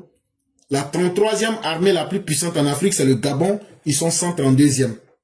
La 34e armée la plus puissante, c'est la Somalie. Ils sont 137e dans le monde. La 35e armée la plus puissante, c'est le Bénin. Ils sont 138e dans le monde. Et la 36e armée la plus puissante en Afrique, c'est la Sierra Leone. Ils sont 140e dans le monde. La 37e armée la plus puissante en Afrique, c'est le Libéria. Ils sont 141e. Et dernier, la Centrafrique, qui est 38e en Afrique, est 143e dans le monde. Si vous voulez vérifier les informations, vous partez dans Agence Ecofin, vous allez retrouver ces informations là-bas. Si vous tapez Agence Ecofin et que vous mettez les titres, classement 2026 des puissances militaires en Afrique, selon Global Firepower, vous allez retrouver cette information là-bas. Et donc, mesdames et messieurs, nous allons terminer avec la toute dernière information. Les opposants ivoiriens sont vraiment nuls et décevants. Ça veut dire vraiment, les opposants ivoiriens les gâtent leur nom. Ils valent rien, mais ils font honte. Et pourquoi ils font honte? Écoutez ça d'abord. La grande nouveauté dans la configuration de ce gouvernement, c'est évidemment la création du poste de vice-premier ministre tenu par Tené Birahima Ouattara, vice-premier ministre, ministre de la Défense. Analyse, commentaire, messieurs. Yacouba Doumbia. Si je dois analyser ce poste de premier vice-ministre, je dirais que c'est une ancienne nouveauté. Une ancienne nouveauté parce que c'est pas la première fois qu'on a un poste de vice-premier ministre en Côte d'Ivoire. Je crois qu'en 1959, on a eu un poste de vice-premier ministre. Il y avait le premier ministre, bien sûr, et puis il y avait le vice-premier ministre. Donc le retour de ce poste-là, à mon sens, c'est pas quelque chose qui est inédit, c'est pas quelque chose qui est surprenant. La deuxième chose, c'est de l'analyser même dans la forme, parce que il y a eu pas mal de polémiques. Les gens ont essayé d'assimiler la création de ce poste-là à une sorte de substitution au premier ministre Robert Begré-Mambé, mais c'est de leur dire que il y a eu 2 décrets. Donc il y a eu d'abord le décret qui nomme le premier ministre. Ensuite, il y a eu le décret qui nomme les membres du gouvernement. Donc c'est 2 décrets totalement différents. Et le décret qui nomme les membres du gouvernement, c'est dans ce décret-là qu'il y a le vice-premier ministre, qui est un membre du gouvernement à part entière. La différence, c'est qu'il est un cran au-dessus des ministres d'État, mais il est membre du gouvernement. Donc c'est ce qu'on peut dire pour le moment en ce qui concerne la forme. Relativement à la création du poste de vice-premier ministre. Peut-être que dans le fond, plus tard, on pourra y revenir. Donc, qu'est-ce qu'ils ont fait croire aux gens pendant le week-end? Le poste de vice-premier ministre, c'est anticonstitutionnel, ce n'est pas beau, ce n'est pas ceci, ce n'est pas cela. On vous a compris. Vous qui vous inquiétez de la Côte d'Ivoire, alors que quand vous étiez au pouvoir, vous ne vous inquiétez pas. C'est l'acte d'inconscience le plus absolu. Mais le poste de vice-premier ministre, là, est-ce que ça existe quelque part dans le monde? Je vous ai déjà expliqué, mais je reviens simplement pour pouvoir donner quelques détails. Oui, ça existe en Afrique. Par exemple, où? Au Mali, ça existe. Par exemple, en République démocratique du Congo, ça existe. Mais et à part Afrique, ça existe où encore? Ça existe en Finlande, ça existe aux Pays-Bas, ça existe en Belgique, ça existe en Russie, ça existe au Pays de Galles, ça existe au Canada. Ça existe aussi dans des pays de l'Asie comme le Japon, comme la Corée du Nord. Donc, vous voyez que je vous ai donné plusieurs exemples. Donc, ceux qui jouent les étonnés ou bien les surpris, en réalité, c'est votre mauvaise foi que vous voulez cacher en voulant créer une tempête dans un verre d'eau. Et comme je l'ai dit et je le répète, un vice-premier ministre ne remplace pas le premier ministre. Il ne fait que suppléer le premier ministre en cas de vacances ou bien si le premier ministre est en mission. Ou bien le premier ministre peut dire au vice-premier ministre, va faire ça, va faire ça, va faire ça. Mais ce n'est pas un rôle qui vient pour concurrencer le premier ministre. C'est aussi simple que cela. Et quand on parle et que ça des gens censés on parle clairement pour que les gens comprennent, sans mauvaise foi, c'est de cela qu'il est question. Mais depuis que le président Ouattara, après vous avoir cité tous les pays du monde, pourquoi le président Ouattara a fait quelque chose? Alors que quand eux, ils avaient leur gouvernement, eux, ils ont formé leur gouvernement dans VC. Odeur de caca était sur eux comme ça. Mais eux là, eux n'ont jamais senti cette odeur-là. C'est pourquoi Ouattara a nommé vice-premier ministre là. En réalité, c'est pas vice-premier ministre. Hein. Il n'aime pas la tête de TBO. Pourquoi il n'aime pas la tête de TBO? Ils savent que c'est quelqu'un là, quand tu lui donnes un poste là, il fait le travail là, zo. Donc eux, ils n'aiment pas ça. Et là, soit là, le gouvernement n'a qu'à échouer. Et donc là, tout ce qu'ils vous disent là, ce n'est pas ce qu'ils disent en réalité, mais c'est ce qu'ils ne disent pas là qui est important. Et il est devenu vice-premier ministre. Ah, ça là, c'est pas bon, hein? On dit, c'est pas bon comment? Il n'explique pas. En réalité, c'est pas bon pour eux, parce que c'est une montée en puissance de TBO qui va lui permettre de superviser dans un certain sens les actions du gouvernement. Donc leurs amis qui sont nommés ministres, leurs amis qui sont ministres là, chez qui ils se cachent la nuit pour aller prendre l'argent là, ils ne pourront plus partir prendre l'argent. C'est ça qui fait mal à nos opposants et puis ils sont en train de crier. Parce que vous savez là, il n'y a pas quelqu'un qui aime faire fils à Billy là, donner à Dieu là, qui aime faire plus que nos opposants là. Vous les voyez crier comme ça là. Quand tu vas à la présidence là, tu les vois là-bas, ils s'alignent et puis ils prennent l'argent. C'est pas modestie. Mais si vous êtes garçon là, dites, je vais donner vos noms en direct. Et puis vous allez poser plainte contre moi. Et puis on va aller ouvrir et puis on va montrer aux gens. Vous les voyez crier comme ça là. Eux tous là, ils s'en vont dans les ministères pour prendre l'argent. C'est ça là maintenant là. Comme Tebo est venu maintenant pour superviser là, ça va gâter leur affaire. C'est ça, ils sont en train de crier comme ça. Sinon, c'est pas à faire d'autre chose. Et donc là, ils pensent que s'ils prennent ça pour faire un tollé, les gens seront embobinés dedans et puis on va dire c'est mauvais. Mais vous avez tiré dans la poussière. Et c'est là que vous voyez les commentaires les plus saugrenus, diantres. Est-ce qu'un jour, on aura une opposition qui se respecte au point d'élever un peu le niveau du débat en Côte d'Ivoire? Est-ce qu'un jour, la Côte d'Ivoire aura cette chance-là? Parce que les thématiques que notre opposition aborde, on comprend que ce sont des gens qui sont tarés et des incultes en puissance exponentielle. Des gens qui n'ont aucune connaissance, mais aujourd'hui qui veulent s'estimer être des savants. Des gens qui veulent aujourd'hui expliquer à Alassane Ouattara comment on doit former un gouvernement. Et vous aussi. Si vous étiez plus fort que lui là, mais il y a longtemps, vous aurez eu raison de lui. Une opposition qui n'est même pas capable de s'unir pour enlever Ouattara. C'est eux qui veulent maintenant expliquer à Ouattara comment il doit former son gouvernement. Alors que les Ivoiriens même disent, vraiment nous on est contents et tout marche bien.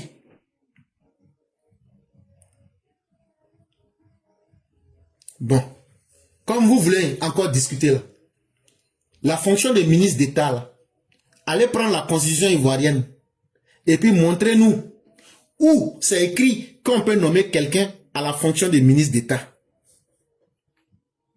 Comme vous ne savez rien là, comme vous êtes des nuls là, comme vous êtes des tarés là, allez prendre la constitution, venez nous montrer le rôle de ministre d'État là, venez nous montrer où c'est écrit dans la constitution. Mais ça ne vous gêne pas, hein? Parce que vous devrez chercher ce qui est inutile en pensant que c'est ça qui va impressionner les Ivoiriens. Mais là encore, vous avez fait fausse route. Parce que des gens comme nous, on sera assis au bord de la route pour dire aux gens, ils mentent. Et ils ont formé leur gouvernement dans VC. Il y a la mouche verte sur son dos.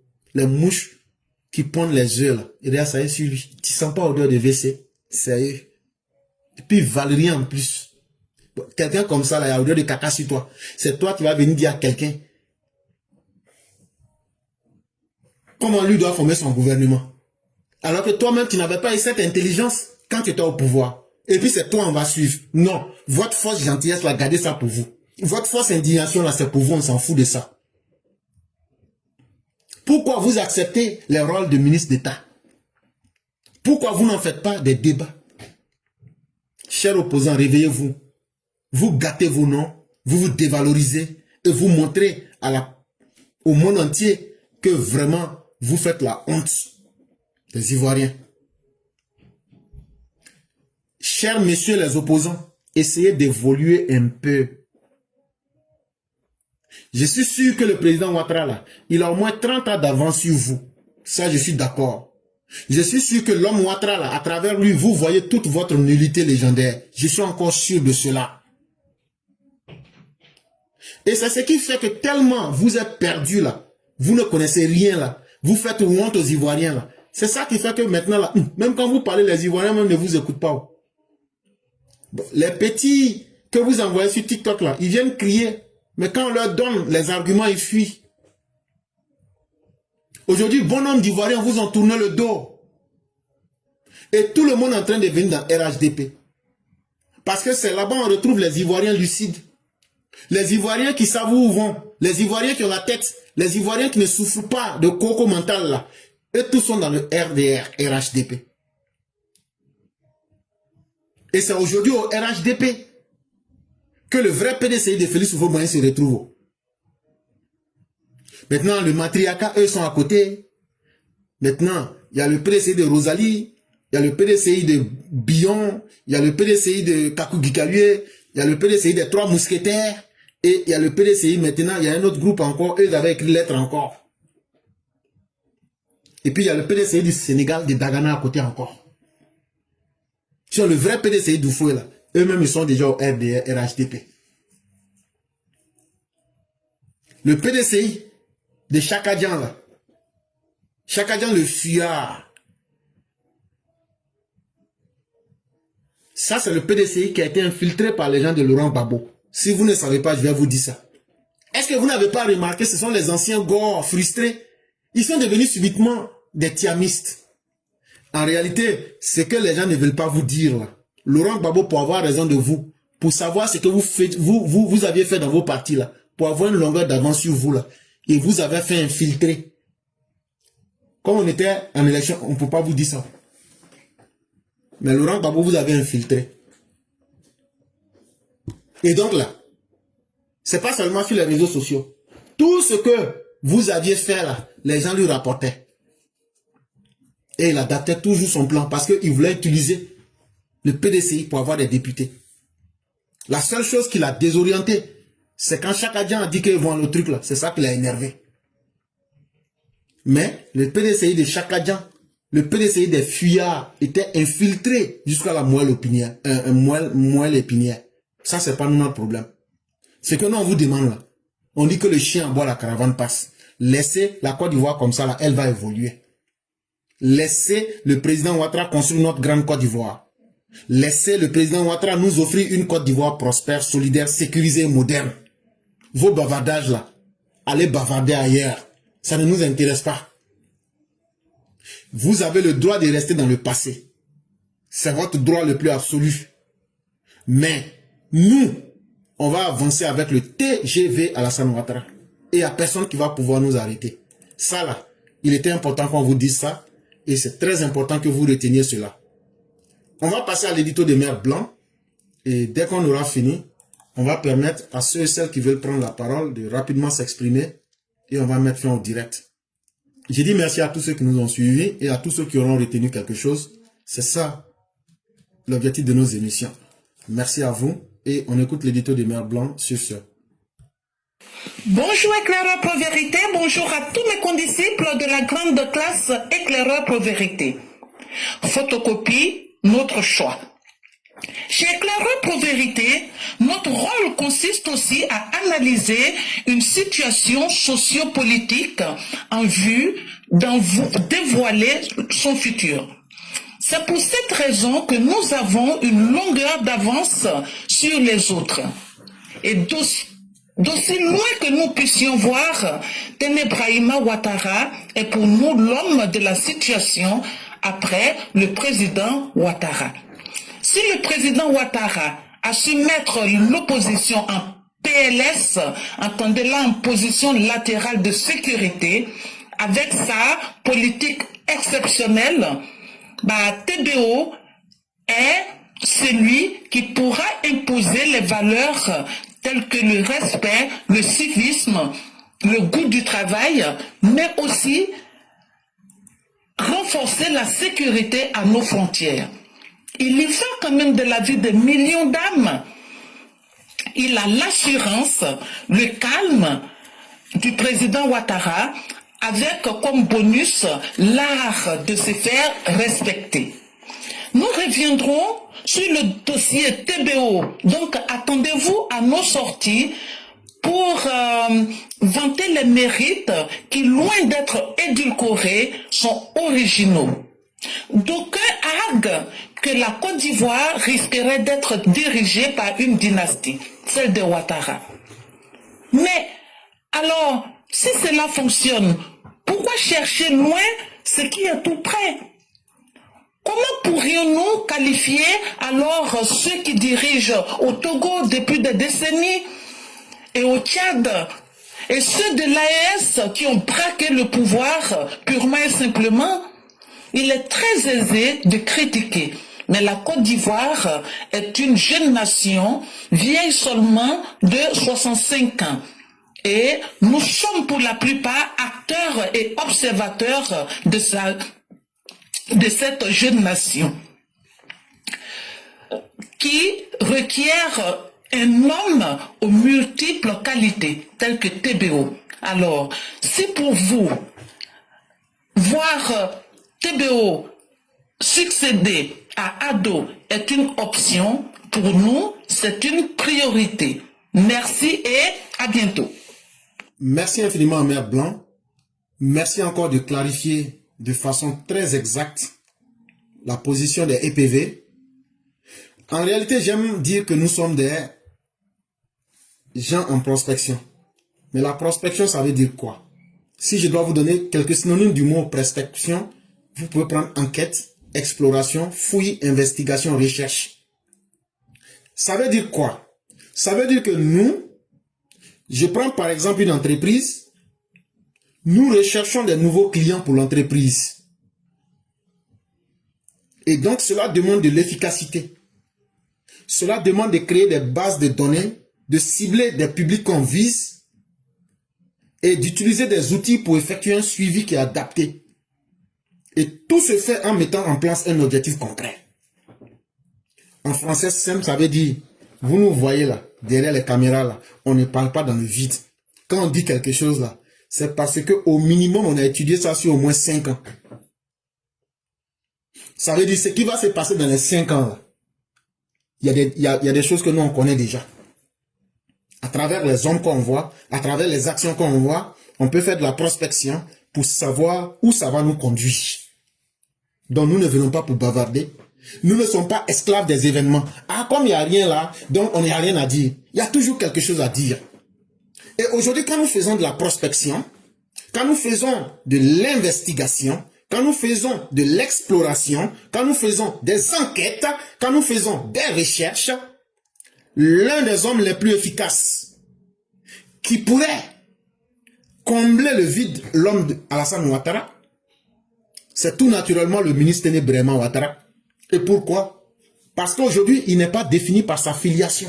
Aujourd'hui, quand on dit le nom TBO, c'est ce qu'il a fait pour la Côte d'Ivoire que les Ivoiriens retiennent.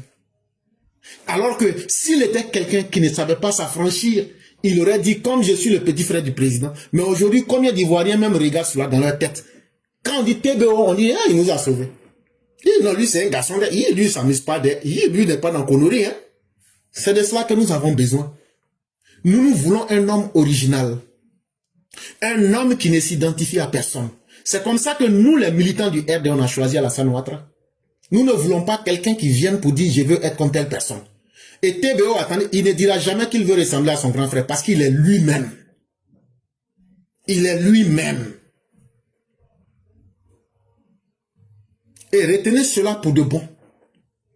Et il n'est pas un citoyen à moitié pour dire que vos bouches là, vous allez parler 1000 fois. S'il est ivoirien et que la constitution lui permet de se présenter là, il va se présenter en 2030. Bon, nous là, quand on regarde ce que l'avenir nous promet là, si nous voulons conserver la stabilité, il a déjà fait ses preuves en termes de sauver la vie de nos parents. Que vous soyez opposant, que vous soyez RHDP,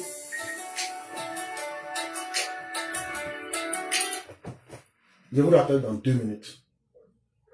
Oui, je vous rappelle dans 2 minutes. Ok. Donc, quelqu'un qui a pu sécuriser vos vies, ça veut dire c'est l'homme le plus à jour qui a une maîtrise de la réalité. Pourquoi ne pas continuer avec cette personne? Quand vous regardez comment le monde évolue aujourd'hui, l'instabilité dans le monde, aujourd'hui des États voyous qui veulent aujourd'hui s'attaquer aux pays qui sont stables. Est-ce qu'il y a quelqu'un qui peut être plus efficace dans cette sécurité-là que celui qui a eu une expérience la plus mise à jour et la plus aboutie? C'est sur ça que nous posons la question. Aujourd'hui, dans la question de la gestion de l'État, quelqu'un qui a appris, mais quelqu'un qui est resté dans la rigueur. Aujourd'hui, là, c'est que le président Ouattara n'a plus en termes de rigueur. Là. Nous recherchons quelqu'un qui a de la rigueur, de la fermeté. Vous, les militants du RHDP, qu'est-ce que vous reprochez à Ouattara aujourd'hui? Il est devenu trop politicien et là, j'ai eu raison de lui quelque part. Maintenant, nous retrouvons cette même capacité en quelqu'un d'autre. Et est-ce que vous allez vous laisser, est-ce que vous allez faire la promotion des qualités pour sauver tout le monde? Ou bien vous allez vous laisser emberlificoter par des gens qui vont venir vous dire non, si on fait ça, ça ne sera pas bien. Vous pensez qu'on est en train de parler de moralité? Vous pensez que le jour que la vie de vos parents sera en danger, Ceux qui vont mettre la vie de vos parents en danger, ils vont vous demander si c'est bien ou pas. N'ayez pas honte, chers militants. C'est dans le RHDP que nous avons formé les cadres qui peuvent gérer ce pays. C'est dans le RHDP que nous avons formé des personnes qui peuvent apporter des résultats concrets aux Ivoiriens. Et pour nous, la classe EPV, le ministre d'État, ministre, vice-premier ministre, Tené Braima Ouattara, ministre de la Défense, il est l'homme le plus abouti. Qu'il soit le frère, le cousin du président, nous, ça ne nous fait ni chaud ni froid. S'il ne valait rien, on allait lui dire ça. Mais c'est parce qu'il vaut quelque chose. Mais ce qui fait la différence dans la classe éclaireur pro-vérité, c'est que nous sommes honnêtes et francs dans ce que nous disons. Et nous le disons pour que vous qui êtes nos parents, vous puissiez déjà vous habituer pour ne pas que le désespoir vienne prendre la place. Parce qu'il y avait beaucoup qui disent, mais l'après Ouattara, ça va être comment? Bon, c'est l'après Ouattara, nous on est en train de préparer. Ce qui fait peur à tout le monde là, nous on va préparer ça maintenant. Et donc, ceux qui pensent que ce que nous disons tient, tant mieux. Ceux aussi qui pensent que ce que nous disons ne tient pas, nous vous invitons sagement au débat et on va s'expliquer mieux. Et vous allez nous présenter vos alternatives. Mais se cacher derrière les manteaux. Et puis à la dernière minute, on va avoir un capharnaüm où il y a 6 personnes qui veulent, pour créer le RHDP, on va créer une bombe à retardement. Nous, là, notre posture maintenant, là, c'est pour éviter une bombe à retardement. La posture que nous adoptons, c'est une posture d'anticipation pour éviter qu'il y ait des bombes à retardement. Et donc, vous voyez combien de fois nous sommes dans les stratégies d'anticipation. Et donc, chers tous, en tout cas, TBO, il est notre candidat en 2030. Et donc, je vais m'arrêter là. Et pour ceux qui voudraient prendre la parole, on souhaiterait que vous vous signalez le plus tôt possible afin qu'on puisse vous donner la parole. Essayez d'aller un peu rapidement, comme on est tenu par le temps. Nous sommes à la 22e minute. Jusqu'à la 23e minute, s'il y a des gens qui se présentent, on va vous accorder la parole et on va fermer le direct. Mais je dis merci à tous et merci à ceux qui nous font confiance. Et continuons cette marche de la dignité et cette marche pour une Côte d'Ivoire plus grande. Essayons de faire le meilleur que nous pourrions. Et nous sommes à la 23e minute, il n'y a personne. Et donc sur ce, on va fermer le direct. Et je dis merci à tous. Merci à tous ceux qui nous ont suivis. Merci à tous ceux qui nous font confiance. En tout cas, le temps n'est pas quelque chose qui est à notre avantage. Et comme je le dis, on sera très très ferme avec le temps. Dès qu'il n'y a personne, on va fermer le direct comme c'est le cas aujourd'hui. Je dis merci à tous ceux qui nous ont suivis. Que la grâce de Dieu nous accompagne et demain sera un autre jour.